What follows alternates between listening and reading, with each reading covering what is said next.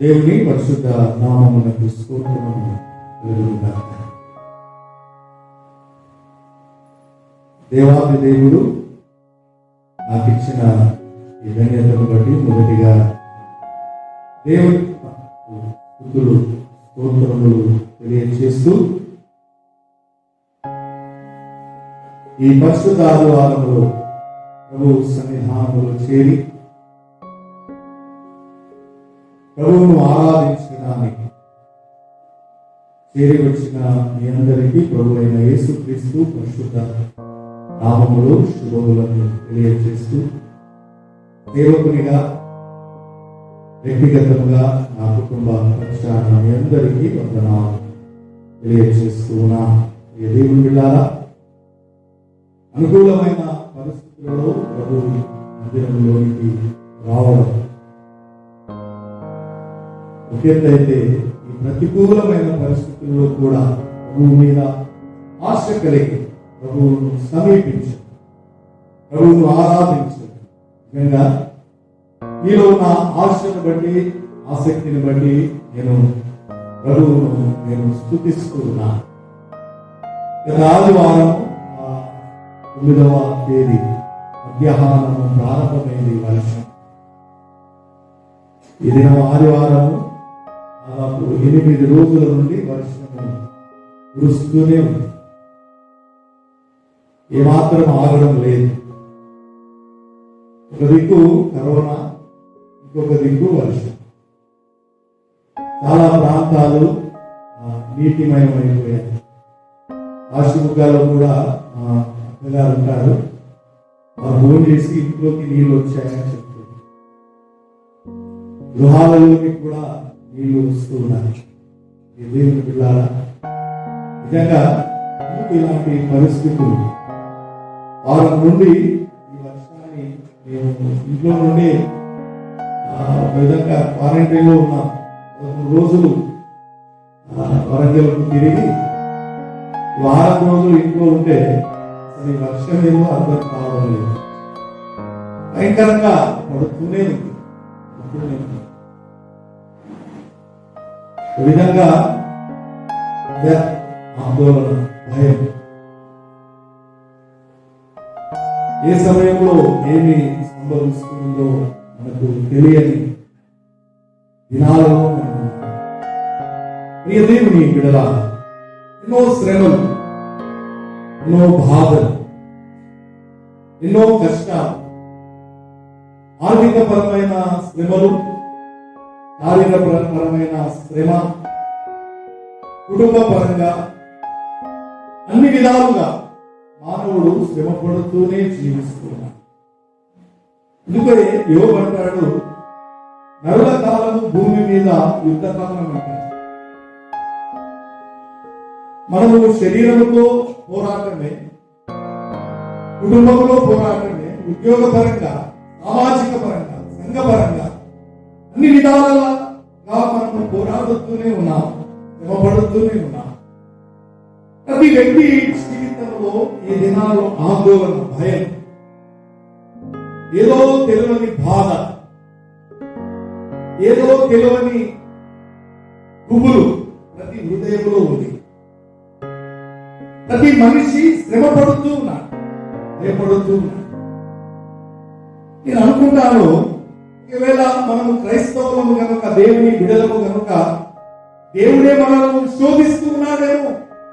ఈ అంత్య దినాల్లో దేవుడు మనల్ని శోధిస్తూ ఉన్నాడేమో, వెండిని నిర్మలము చేయనట్టుగా. దేవుడు మనల్ని పరిశుద్ధపరచడానికి ప్రభువు మనకు శోధన, ఈ శ్రమ దేవుని బిడ్డలారా, అందుకే క్రీస్తు శరీరమందు ఏ రీతిగా శ్రమ పడ్డాడో ఆ రీతిగా మనము కూడా శ్రమ పడాలని వాక్యము, ఆయన శ్రమలో వాక్యము ఘోషిస్తుంది. దేవుని బిడ్డలారా, మనము శ్రమ అంటే మనం భయపడుతూ ఉండవచ్చు, కానీ దేవాది దేవుడు ఆ శ్రమలలో నుండి కూడా మనకు విడుదల ఇచ్చే దేవుడు.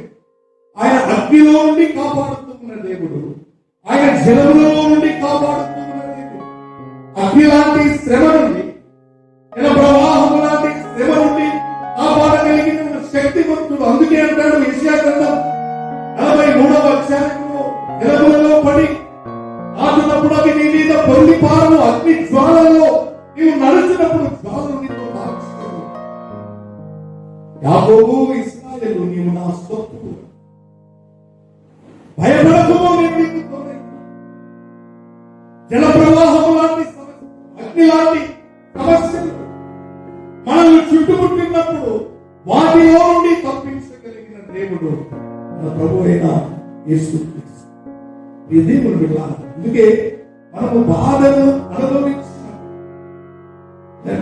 అది ప్రభువు వలన పొందిన బాధ అయితే మనము దానికి లోబడాలి, ఆ శ్రమకు మనము లోబడాలి. క్రైస్తవులమైనందుకు మనకు శ్రమ కలిగినప్పుడు మనం అతిశయపడాలి. ఇదే దినాల్లో శ్రమ కలగగానే మనం కొంత ఆందోళన చెందుతున్నాం, భయపడుతున్నాం. అందుకే పేతురు రాసిన మొదటి పత్రిక ఒక్కసారి 4వ అధ్యాయం మీరు తెరిచి ఉంచండి. 12వ వచనం నుండి ఒక్కసారి మనం జ్ఞాపకం చేసుకుంటే, దేవుని తీర్పు ప్రారంభమైంది. అది ఒకవేళ మన ఇంటి నుండే ప్రారంభమైతే, మన దగ్గర నుంచే ప్రారంభమైతే, మనం ఒకవేళ ఆ శ్రమకు తట్టుకోలేకపోతే అన్నిటి పరిస్థితి ఏంటి? నీతిమంతులే భయపడితే రక్షణ లేని వారి పరిస్థితి ఏంటి? ఇదిగో ప్రభువైన యేసుక్రీస్తు ఎన్నో వాగ్దానాల చేత మన కుటుంబాలను బలపరుస్తూ ఉన్నాడు, దీవిస్తూ ఉన్నాడు, ఆశీర్వదిస్తూ ఉన్నాడు, ధైర్యపరుస్తూ ఉన్నాడు. అయితే ప్రియ దేవుని బిడ్డలారా, ఒకవేళ ఆయన ఇల్లుగా, ఆయన ఇంటిగా సిద్ధపడుతూ ఉన్న మనం భయపడితే అన్యుని పరిస్థితి ఏంటంటే, ఒకసారి ఆలోచన చేయండి. నీతిమంతుడే భయపడితే, నీతిమంతుడే రక్షణను నిర్లక్ష్యం చేస్తే నశించిపోతూ ఉన్న వారి పరిస్థితి ఏంటి అంటే, మీరు 17-18 వచనాలు చూస్తే ఆ మాటలు మీకు కనబడతాయి. అందుకే అంటాడు 19వ వచనాన్ని ఒకసారి చూస్తారండి. 19వ వచనమా, కాబట్టి దేవుని చిత్త ప్రకారము బాధపడువారు సత్ప్రవర్తన గలవారై నమ్మకమైన సృష్టికర్తకు తమ ఆత్మలను అప్పగించుకొనవలెను. దేవుని చిత్త ప్రకారము బాధపడువారు. ఒకవేళ దేవుని చిత్తమేమో ఆ బాధను మనం అనుభవిస్తూ మన ఆత్మను ఆ సృష్టికర్తకు మనం అప్పగించుకోవాలి. పరిశుద్ధ గ్రంథంలో ఒక వ్యక్తి మనకు తెలుసు కదండి, యోబు శ్రమలను మనం జ్ఞాపకం చేసుకుంటూ ఉంటాం, మనందరికీ తెలుసు. అయితే ప్రియ దేవుని బిడ్డలారా, చివరి అధ్యాయం 42వ అధ్యాయంలో యోబును దేవుడు మరలా ఆశీర్వదిస్తున్నాడు. రెండంతల ఆశీర్వాదాలు దేవుడు కలుగజేసి కోల్పోయిన సంతానాన్ని మరలా తిరిగి ఇస్తూ ఉన్నాడు. 7 కుమారులు ఉన్నారు, 3 కుమార్తెలు ఉన్నారు. యోబు శ్రమలలో నుండి దేవుని చిత్తానుసారంగా ఆయన శ్రమను అనుభవించి తన ఆత్మను నమ్మకమైన దేవునికి అప్పగించాడు. తన బంధువులు వచ్చారు, తన అక్కచెల్లెళ్ళు కుటుంబీకులు వచ్చి తనకు కలిగిన శోధనలన్నీ జ్ఞాపకం చేసుకుంటూ ప్రియ దేవుని బిడ్డలారా ఆయా ఉంగరాలను తనకు సమర్పిస్తూ ఉన్నారు. రెండంతల ఆశీర్వాదాలు మనకు అక్కడ కనబడతాయి. అయితే తనకు కోల్పోయిన సంతానాన్ని దేవుడు మరలా తిరిగి ఇస్తూ ఉన్నాడు. 12వ వచనం నుండి మీరు చూస్తే ఆ మాటలు మీకు కనబడతాయి. ప్రియ దేవుని బిడ్డలారా, 7 కుమారులు, 3 కుమార్తెలు. ఆ 3 కుమార్తెల పేర్లు అక్కడ రాసి ఉన్నాయి. మీరు ఒకసారి 14వ వచనం చూస్తే మొదటి కుమార్తె పేరు చదువుతారండి. యమీమా. రెండవ కుమార్తె పేరు 42వ అధ్యాయం యోబు గ్రంథం, 2వ కుమార్తె పేరు కెసియా, 3వ కుమార్తె పేరు చదువుతారండి కెరీం అప్పుకు. 3 పేర్లు, 3 కుమార్తెలకు పేర్లు పెట్టాడు. ఆ పేర్లు పరిశుద్ధ గ్రంథంలో రాయబడ్డాయి. ప్రియ దేవుని బిడ్డలారా, ఈ 3 పేర్లు ఒకవేళ వాటి యొక్క అర్థాలను మనం జ్ఞాపకం చేసుకుంటే, యోబు తమ కుమార్తెలకు పెట్టిన పేర్లలో ఎంత శ్రమ ఉందో, ఎంత బాధను అనుభవించే అర్థము కలిగిన ఆ పేర్లను పెట్టాడో ఒకసారి మనం ఆలోచన చేయగలిగితే, ప్రియ దేవుని బిడ్డలారా, దేవుని చిత్తానుసారంగా బాధను భరించాలి. ఇది దేవుని చిత్తం. ఈ చివరి దినాల్లో ఈ వస్తువు ఉన్న వైరస్ కానీ, ఈ వస్తువు ఉన్న పరిస్థితులే కానీ, ఒకవేళ దేవుని చిత్తం అయితే మనం ఎంత మాత్రము దానిని ధృవీకరించడానికి వీలు లేదు. దానికి మనం లోబడవలసిన వారని, దేవుని చిత్తం ప్రకారం మనం బాధపడవలసిన వారని. యోబు తన జీవితంలో దేవుని చిత్తం ప్రకారం ఆయన బాధపడ్డాడు. ప్రియ దేవుని బిడ్డలారా, అదే రీతిగా ఈ దినాల్లో పేర్లు పెట్టాలి అంటే నాకు మా తాత పేరు పెట్టింది. మా తాత పేరు, మన కుటుంబంలో ఎవరికి పేరు పెట్టాలని మంచి మంచి పేర్లను మనం వెతుకుతాం. అని ప్రియ దేవుని బిడ్డలారా, ఈ పేర్లలో ఉన్న అర్థాన్ని నేను మీకు జ్ఞాపకం చేయాలని నేను ఇష్టపడుతూ ఉన్నాను. మొదటి మా బిడ్డ పేరు ఏంటండి? ఎమీమా. ఎమీమా అనగా పావురము అనే. మనకు చూడడానికి పావురము అని అర్థం ఇస్తుంది, కానీ ఆ పావురము పరిశుద్ధమైంది. పరిశుద్ధమైంది ఆ పావురం. పావురములో ప్రియ దేవుని బిడ్డలారా చేదు ఉండదు అని మనకు తెలుసుకోవాలి అంటే ఆ పావురం ఏం చేయాలని? ప్రియ దేవుని బిడ్డలారా, ఒక వ్యక్తి జీవితంలో నుండి పరిశుద్ధత రావాలి అంటే, ఆ వ్యక్తి పరిశుద్ధంగా ఉన్నాడు అంటే, ఆ వ్యక్తిని దేవుడు ఒకవేళ శ్రమ పడితే, ఆ వ్యక్తిని ప్రభువు శోధిస్తే ఆ శోధనకు లోబడాలి. శ్రమ పెట్టకుండా మన పరిశుద్ధత బయటికి రాదు.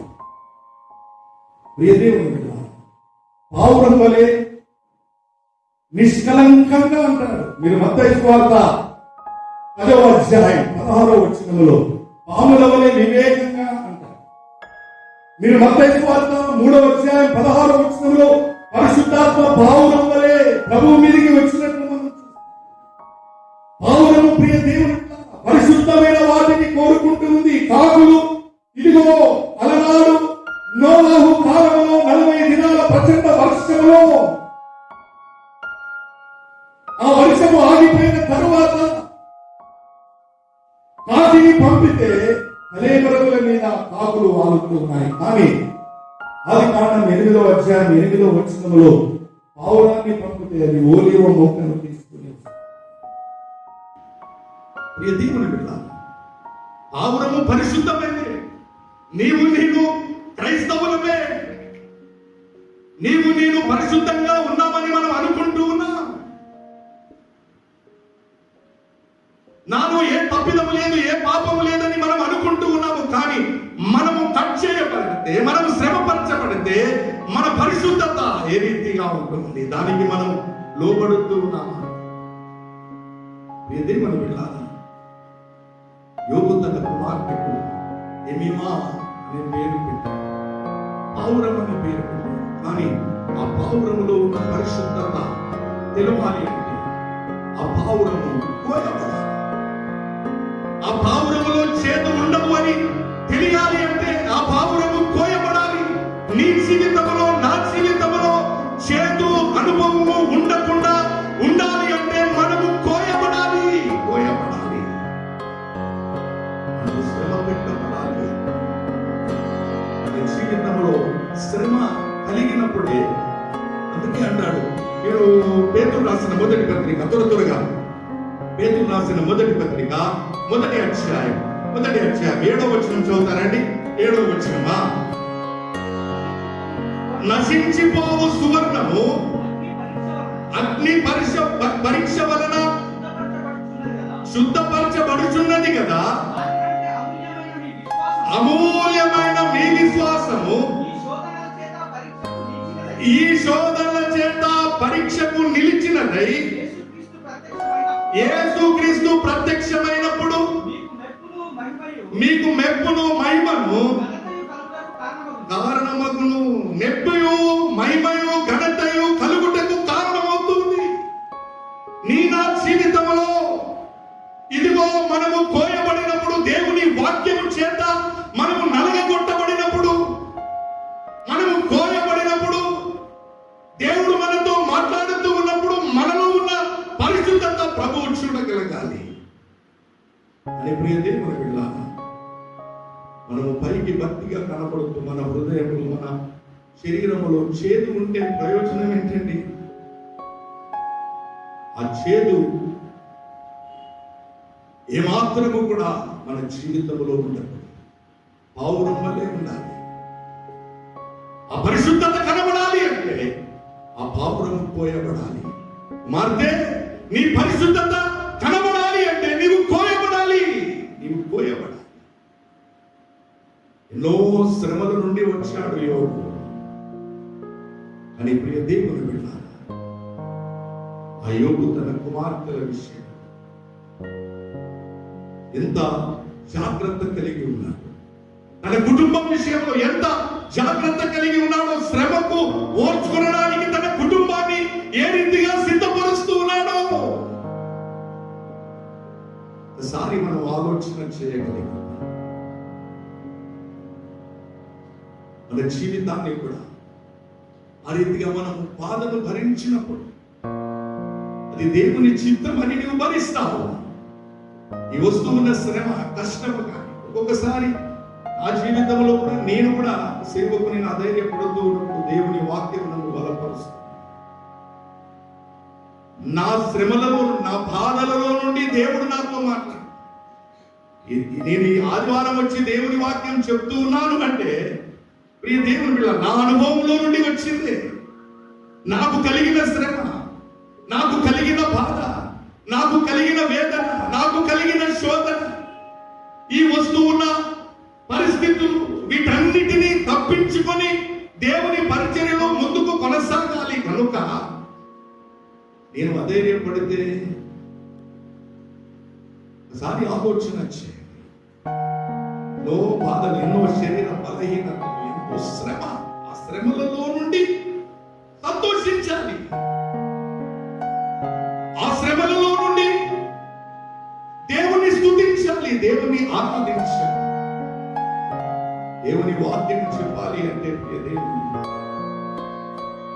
నేను అనుకుంటాను నా కొరకు నాతోనే ప్రభు మాట్లాడుతున్నాడు ఈ వాక్యం ద్వారా. నన్ను నేను బలపరుచుకోవడానికి దేవుడు నాతో మాట్లాడుతూ ఉన్నాడని నేను దేవుని వాక్యములో నన్ను నేను సరి చేసుకుంటూ నిజంగా నేను కోయబడితే నేను పరిశుద్ధంగా ఉంటానా? దేవుని సన్నిధానంలో ప్రభు ఎదుట నేను నిలవబడితే నేను పరిశుద్ధంగా ఉంటానా? ఈ చిన్న చిన్న శ్రమలకి మనం తట్టుకోకపోతే ప్రభు ఎదుట మన యొక్క తీర్పు ప్రారంభమవుతుంది. మన ఇంటి ఎదుట తీర్పు ప్రారంభమవుతుంది. మనమే తట్టుకోకపోతే అన్నిటి పరిస్థితి ఒకసారి మనం ఆలోచన చేయగలిగాం. యోబు జీవితంలో తన కుమార్తెలకు పెట్టిన పేర్లను ఒకసారి వాటి అర్థాలు. రెండవ కుమార్తె పేరు ఏంటిదండి? ఎజియా. సుగంధ ద్రవ్యము, సుగంధ ద్రవ్యపు దినుసులు అని. నేనేమో సుగంధ ద్రవ్యమే, కానీ ఆ సువాసన రావాలి అంటే ఆ సుగంధ ద్రవ్యపు దినుసులు ఏం చేయబడాలండి? క్రష్ చేయబడాలి, క్రష్ చేయబడాలి, నలగగొట్టబడాలి, అవి దంచబడాలి. ప్రియ దేవుని బిడ్డలారా, ఆ సుగంధపు వాసన రావాలి అంటే ఆ కుమార్తె నలగగొట్టబడాలి, ఆ కుమార్తె క్రష్ చేయబడాలి, ఆ కుమార్తె శ్రమల చేత, బాధల చేత, నిందల చేత, అవమానముల చేత హింసించబడాలి. అప్పుడే క్రీస్తు సువాసన వెదజల్లబడుతుంది. ఎజియా సుగంధ ద్రవ్యపు దినుసు, సుగంధ ద్రవ్యపు చెట్లు. ప్రియ దేవుని బిడ్డలారా, చెట్టైనా కోయబడాలి, దినుసులైనా క్రష్ చేయబడాలి. తనలో నుండి ఆ చెట్టులో నుండి సువాసన రావాలన్నా, దినుసులలో నుండి సువాసన రావాలన్నా. దినాల్లో చాలా మంది ఆ కషాయం ప్రతి ఇంట్లో తాగుతున్నారు అనుకుంటా కదండి. ఏమేమి మిరియాలు ఇస్తారు, ఇంకా లవంగ, ఇలాచి, జీలకర్ర ఏదేదో వేసి అవి అట్లా ఉన్నప్పుడు వాసన రావు కదండి. మిక్సీలో వేసి పడుతూ ఉన్నప్పుడు వాసన వస్తుందండి. ఆ వాసన బయటికి వస్తుంది. మన జీవితంలో దేవుని బిడ్డ సంతోషంగా ఉంటే మనము క్రీస్తును కనపరచాలి, మనం ట్రస్ట్ చేయాలి. శ్రమలలో మనము నలగగొట్టాలి. ఇలాంటి శ్రమలు నిన్ను నన్ను బాధ పెడుతూ ఉన్నప్పుడు మనము క్రీస్తు సువాసనను మనము వెదజల్లగలుగుతాం. అపోస్తలుడైన పౌలు అంటాడు, నేను క్రీస్తుతో కూడా సిలువ వేయబడ్డాను, జీవించువాడు ఇక నీవు కాదు, నా యందు క్రీస్తే జీవించు. మనము సిలువలో ప్రభువైన యేసు క్రీస్తు ఏ రీతిగా నలగగొట్టబడ్డాడు, నీవు నేను క్రీస్తుతో నలగగొట్టబడాలి. క్రీస్తు శ్రమలలో మనము పాలువారుగా ఉండాలి అండి. అది క్రైస్తవ విశ్వాస జీవితం. శ్రమను చూసి పారిపోవడం, శ్రమలలో నిలిచి ఉండాలి. శ్రమలలో మనము నిలిచి ఉండాలి. ఈ వస్తువున్న శ్రమలు, ఈ బాధలు ఇవన్నీ తాత్కాలికము, కానీ నీవు నేను పరలోక సంబంధమైన ఆశీర్వాదము కొరకు సిద్ధపడాలి అంటే మనము శ్రమలను తట్టుకోవాలి. మన హృదయాలు పోయబడాలి, మన జీవితాలు క్రష్ చేయబడాలి, నలగగొట్టబడాలి. అందుకే అంటాడు అపోస్తలుడైన పౌలు కొలస్సీయులకు రాసిన ఆ పత్రిక మొదటి అధ్యాయం ఒకసారి చూడండి. ఇదిగో క్రీస్తు వదిలేసిన శ్రమలలో మిగతావి ఆ పదవి నేను పరిపూర్ణము చేస్తున్నానంటాడు. చూస్తారండి ఆ వచనాలు ఒకసారి. 24వ వచనం చదువునాయన. కొలస్సీయులకు రాసిన పత్రిక మొదటి అధ్యాయం. శ్రమలయందు సంతోషించుచు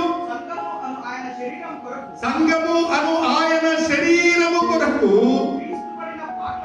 క్రీస్తు పడిన పాటలలో పొదువైన వాటి యందు నా వంతు నా శరీరమందు సంపూర్ణము చేయి. క్రీస్తు సంఘము కొరకు ఏ రీతిగా శ్రమ పడ్డాడో ఆ రీతిగా నేను శ్రమ పడుతూ ఉన్నాను. ఆ పొదువను నేను పరిపూర్ణము చేయడానికి ఇష్టపడుతూ ఉన్నాను. దేవుని బిడ్డలారా, ప్రభువైన యేసుక్రీస్తు అన్నాడు, ఆయన సువార్త పరిచర్య కాలంలో యోహాను సువార్త 16వ అధ్యాయం 33వ వచనంలో అన్నాడు, లోకములో మీకు శ్రమ అన్నాడు. యేసు ప్రభువు చెప్పాడు మీకు శ్రమ అని. అపోస్తలులు కూడా చెప్తూ ఉన్నారు. అపోస్తలులకు తనను వెంబడించే వారికి మీరు అపోస్తల కార్యం 14వ అధ్యాయం 22వ వచనంలో చూస్తే శ్రమను గురించి, శ్రమ కొరకు తన శిష్యులను సిద్ధపరుస్తున్నారు, అపోస్తలులను సిద్ధపరుస్తున్నారు. యేసుక్రీస్తు తనను వెంబడించే వారిని సిద్ధపడుతూ ఉన్నాడు. అయితే లోకములో మీకు శ్రమ అయినను ఆ శ్రమను నేను జయించి ఉన్నాను. దేవుని బిడ్డలారా, మనం భయపడని అవసరం లేదు, మనము దిగులు చెందని అవసరం లేదు. నిజంగా నీవు నేను దేవుని వాక్యము చేత నలగగొట్టబడినప్పుడు, క్రష్ చేయబడినప్పుడు మనలో ఉన్న సువాసన వెదజల్లబడుతుంది. అందుకే ప్రభువైన యేసుక్రీస్తు నీవు నేను ఆయనకు ప్రియునిగా ఉండాలని, ప్రియులైన పిల్లల వలె ఆయనను పోలి మనము నడుచుకోవాలని ప్రభువైన యేసుక్రీస్తు మనలను పరిమళ వాసనగా చేయడానికి తన్ను తాను బలిగాను అర్పణగాను ఆ సిలువలో క్రష్ చేయబడ్డాడు, నలగగొట్టబడ్డాడు. దేవుని బిడ్డలారా, ఎఫెసీయులకు రాసిన పత్రిక 5వ అధ్యాయం 1-2 వచనాల్లో మాటలు వింటాం. ఎప్పుడైతే మనము క్రష్ చేయబడతామో, నలగగొట్టబడతామో, క్రీస్తు సువాసన మన నుండి వెదజల్లబడుతూ ఉంది. ఈ కుమార్తె కెసియా, నీకు సుగంధ ద్రవ్యమని దినుసులని నేను పేరు పెట్టానని నువ్వు అనుకుంటూ ఉన్నావు. ఆ సువాసన వెదజల్లబడాలి అంటే నీవు క్రష్ చేయబడాలి, నలగగొట్టాలి. ఈ దేవుని బిడ్డలారా, ఈ చిన్న చిన్న శ్రమలకు మనం భయపడవలసింది.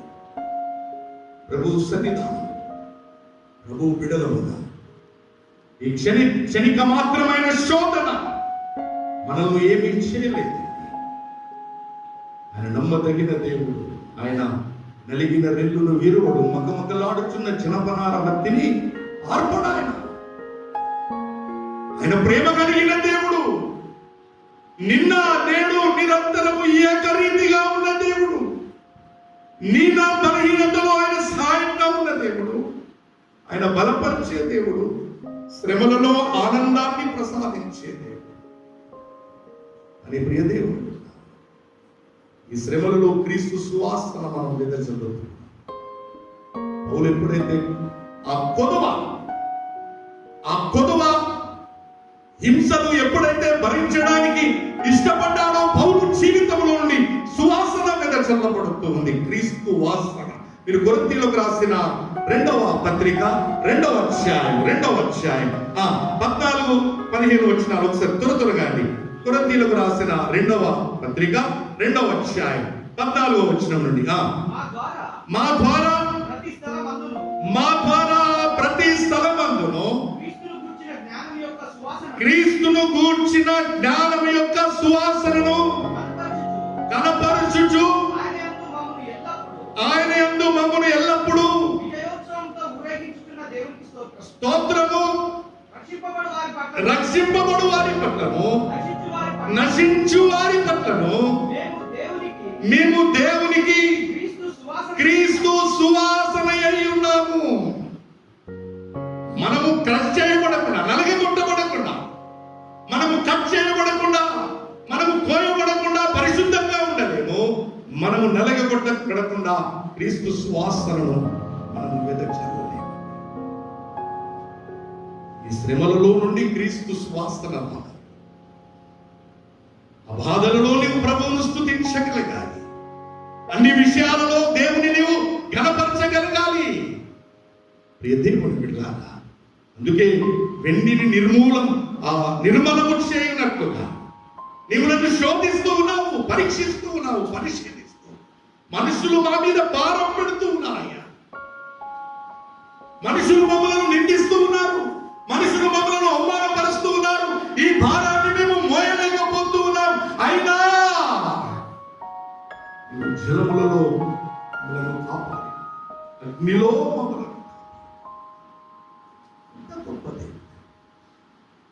ఎంత గొప్ప దేవుని మనం కలిగి ఉన్నాం. ప్రియ దేవుని బిడ్డ, నిజంగా మన జీవితంలో దాన్ని పరిశుద్ధత, మన జీవితంలో క్రీస్తు సువాసనను మనము వెదజల్లుతూ ఉన్నాము. ప్రియ దేవుని బిడ్డ, 3వ పేరు హబ్బుక్ అనగా కాటుక. ప్రియ దేవుని బిడ్డ, కాటుక ఎలా తయారవుతుందో తెలుసా అండి? డేక్ష పొయ్యి మీద పెట్టి అది మాడ కొట్టిన తర్వాత ఆ మషి అంతా ఏం చేస్తారండి? తీసి కాటుక సిద్ధం చేస్తారు. సుర్మా కదండి, ముస్లిమ్స్ సుర్మా కళ్ళకు పెడతారు. ప్రియ దేవుని బిడ్డ, ఆ సుర్మా సిద్ధం కావాలి అంటే కాల్చబడాలి. మన జీవితంలో శ్రమ నీలాంటి శ్రమ, అది మనలో కాల్చబడినప్పుడు, ఆ కాల్చబడిన ఆ పాత్రలో నుండి కాటుక ఏ రీతిగా వస్తూ ఉందో, కాటుక కళ్ళకు ఆరోగ్యం ఇస్తుంది. కాటుక ఆరోగ్యానికి, కాటుక సౌందర్యానికి, ప్రియ దేవుని బిడ్డ, సౌందర్యానికి గుర్తు కాదు. నీవు కాల్చబడినప్పుడు ప్రియ దేవుని బిడ్డ, క్రీస్తులో నీవు ఆత్మీయంగా ఏ రోగము నీ హృదయంలో లేకుండా నీవు ఆరోగ్యంగా ఉంటావు. నీవు కాల్చబడినప్పుడు క్రీస్తు స్వారూప్యం, క్రీస్తు సౌందర్యం మనకు వస్తుంది. మనము కాల్చబడకుండా సౌందర్యం రాదండి. సౌందర్యం రాదు. మనము శ్రమపరచబడాలి, మనము కోయబడాలి, నలగగొట్టబడాలి, మనము కాల్చబడాలి. అగ్ని లాంటి పరీక్ష, వెండిని బంగారమును ఏ రీతిగా అగ్ని శోధిస్తుందో, దానిని ఏ రీతిగా పరిశుద్ధపరుస్తూ ఉందో, ప్రభు అయిన యేసుక్రీస్తు శ్రమల ద్వారా ఒకవేళ మనల్ని కాల్చిన మనము పరిశుద్ధపరచబడడానికి దేవుని పిల్ల అందరికీ వస్తున్నాయి.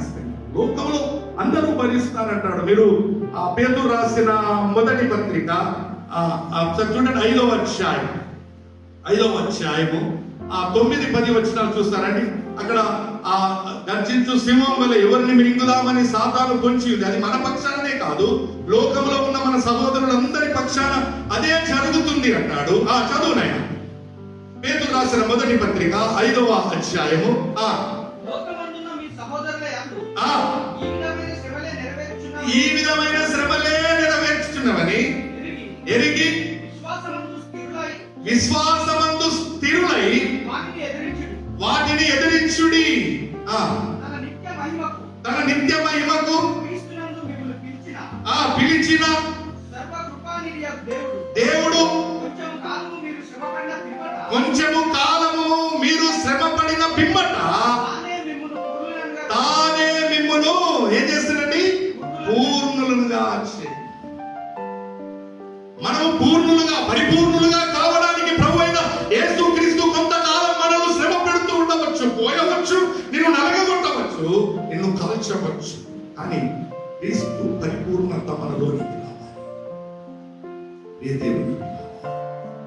మన జీవితంలో మనందరికీ తెలుసు కదండి, మనందరికీ తెలుసు. మోషే మిద్యాను అరణ్యంలో గొర్రెలను కాస్తూ ఉండగా ఆ హోరేబు పర్వతం యొక్క కదండి ఒక పొద కాలుతూ ఉంటుంది.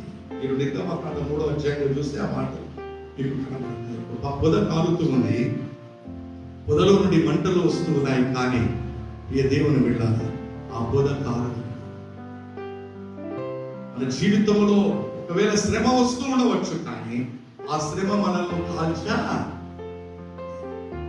అగ్నిలాంటి శ్రమ మనకు వస్తూ ఉండవచ్చు, కానీ ప్రియ దేవుని బిడ్డలారా, ఆ అగ్నిలాంటి శ్రమ మనకు బూడిద చేయలేదు.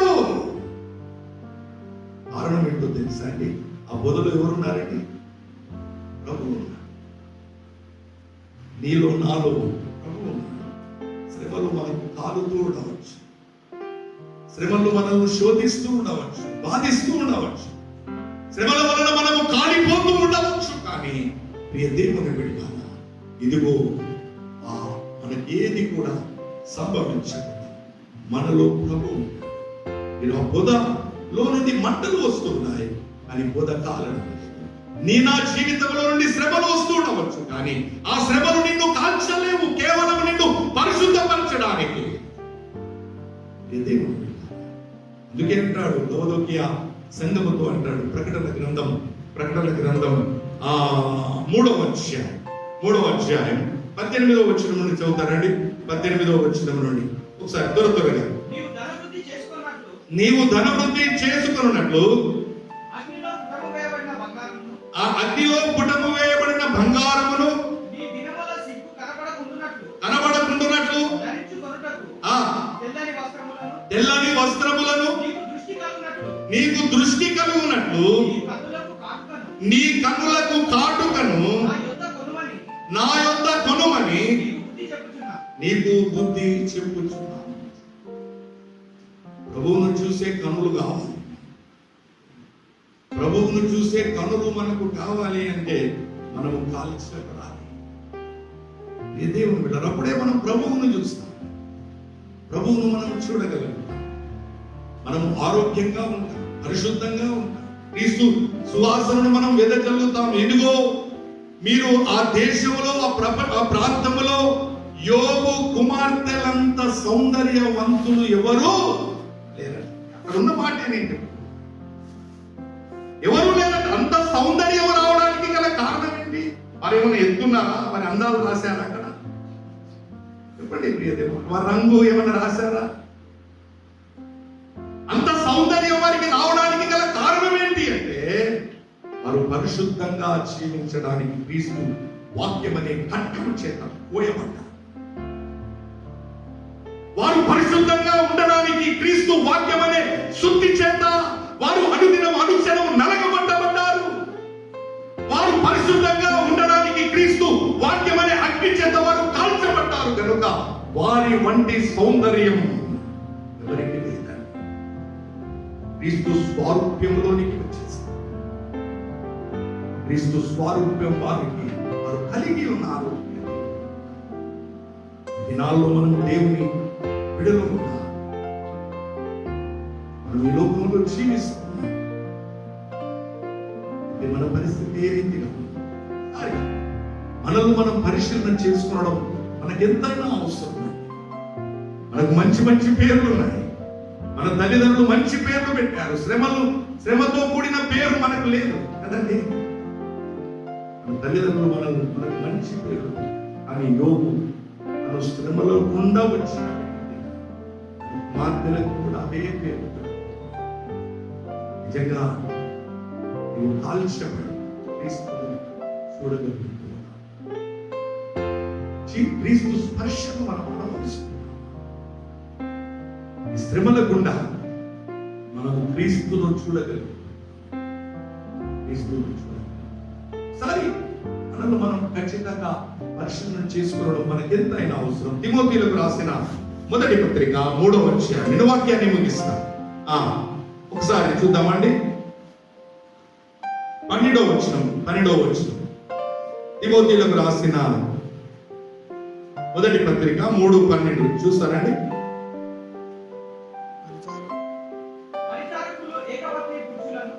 రెండవ పత్రిక చూడండి. రెండవ పత్రిక తిమోతిలకు రాసిన రెండవ పత్రిక 3వ అధ్యాయం 12వ వచనం. క్రీస్తు యేసునందు సద్భక్తితో బ్రతుకనుద్దేశించు వారందరూ, క్రీస్తు యేసునందు సద్భక్తితో బ్రతుకనుద్దేశించు వారందరూ హింస పొందుదురు. హింస లేకుండా, శ్రమ లేకుండా భక్తి లేదు. శ్రమ లేకుండా క్రీస్తు స్వారూప్యం లేదు. శ్రమ లేకుండా పరలోకపు ఆశీర్వాదము లేదు. ఈ లోక సంబంధమైన వాటిని నీవు జయించకుండా పరలోక సంబంధమైన ఆశీర్వాదాన్ని నేను పొందలేను. మనం క్రీస్తులో ఉండాలి అంటే శ్రమలను మనం భరిస్తూనే ఉండాలి. శోధనలు మనము ఏంటండి భరిస్తూనే ఉండాలి. 7వ వచనమా, అయితే నశించిపోవు సువర్ణము అగ్ని పరీక్ష వలన నీకు శుద్ధపరచబడుచున్నది కదా. దేవుని సన్నిధి అమూల్యమైన మీ విశ్వాసము ఈ శోధనల చేత పరీక్షకు నిలిచినదై మీతో నాతో ఉంది. యేసుక్రీస్తు ప్రత్యక్షమైనప్పుడు మీకు మెప్పును మహిమను కారణము దేవుని సన్నిధియు మహిమను కలుగుటలేవారిగా ఉంటుంది. దేవుని సన్నిధిలో మనము ప్రభువులో మనము కోయబడినప్పుడు, దేవుని వాక్యము చేత మనము నలగగొట్టబడినప్పుడు, మనము కోయబడినప్పుడు, దేవుడు మనతో మాట్లాడుతూ ఉన్నప్పుడు మనలో ఉన్న పరిశుద్ధత ప్రభువు చూడగలగాలి. మన ఆత్మలను ప్రభువుకు అప్పగిస్తాం. మనము ఒకవేళ ఆయన చిత్త ప్రకారం మన శరీరములో శ్రమను ఉంటే ప్రయోజనం ఏంటండి? ఆదరణ అనుభవించాలి. ఆ చేదు నీవు ఇష్టపడుతుంది. నీ ఆత్మ ప్రభువు నీ మాత్రము కూడా ప్రభువు చూసుకుంటా జీవితంలో ఉండదు. పౌరమ్మ ప్రభువు చూసుకుంటా నీ మాత్రము దిగు. ఆ పరిశుద్ధత కనబడాలి అంటే ఆ పాపురం పోయినప్పుడు నీతో నాతో మారితే నీ పరిశుద్ధత కనబడాలి అంటే నీవు కోయబడాలి.